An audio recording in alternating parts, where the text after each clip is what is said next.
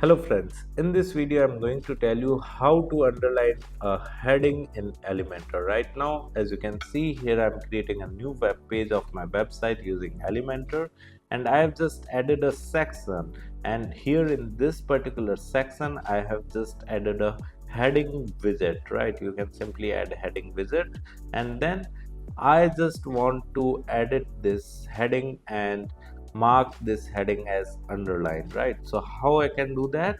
You need to move your cursor in the top right corner of your heading, and as you can see, it is a pen icon in the square pink box. You just need to click on that, and when you click on that, a left side toolbar would appear in front of you, having options like content setting, style settings, and advanced setting. Right, you just need to move to the style settings, and here in the style settings you can simply click on typography settings. Right, you can see a pen mark the front of the typography. You need to click on that, and here you can simply select the decoration. In decoration you will find options like underline, overline, line through, or none, or by default. Right, so you need to select the underline, and as you can see, our heading has been underlined. Right, so this is how you can add underline to your heading in Elementor. Apart from that, if you want to learn more about Elementor,